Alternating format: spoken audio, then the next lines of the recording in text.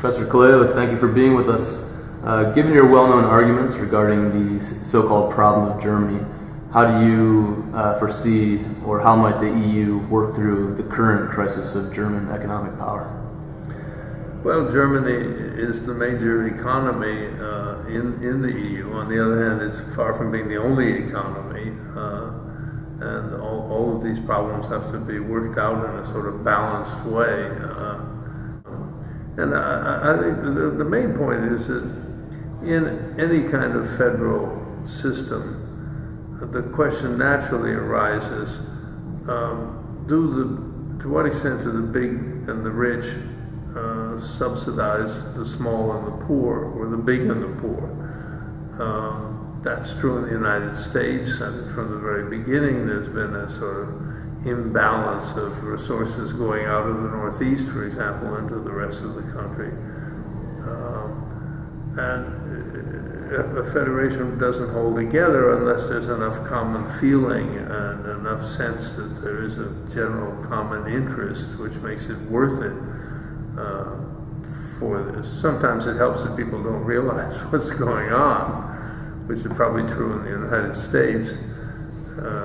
But there's something more fundamental, is it has to be worth it to have a United States for a certain amount of economic sacrifice on the part of the rich, who do very well out of it. Germany does very well out of the European Union, perhaps better than anyone else. And therefore it's not unreasonable that the Germans pay something to support what are, after all, very small economies like the Greeks. Sure.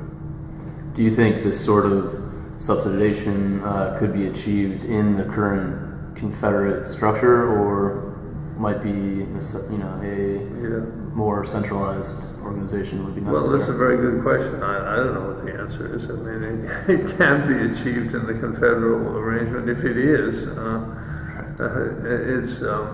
If by a federal system you mean something in which, by some kind of force majeure, Germany is forced into something it doesn't want to do, that seems to me not exactly in the spirit of the EU, and not likely to be very successful, unless things get much worse than they are, which of course they may. Sure. Going back to the subject of your discussion tonight, what role might Europe play in alleviating the relative geopolitical rise in Asia and decline by the United States? Well, I think the rise of Asia is, from a larger historical perspective, there's nothing too astonishing. China always has been the richest economy. It's the last century or so that China has been so miserable. And that's largely because of Western invasions. China returns to, as the Chinese themselves say, China returns to its normal condition in the world. And why shouldn't they?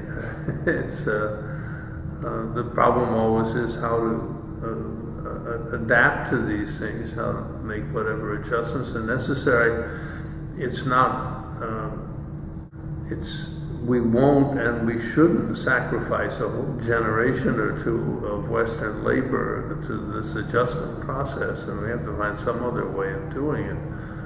And I think that will involve a certain amount of protectionism, but it has to be protectionism, in which you say to the Chinese, of course you have a right to develop, but it's not in anybody's interest that this be done in a way which produces hardship, misery, economic dislocation in the Western world. We somehow have to figure out a way to do this.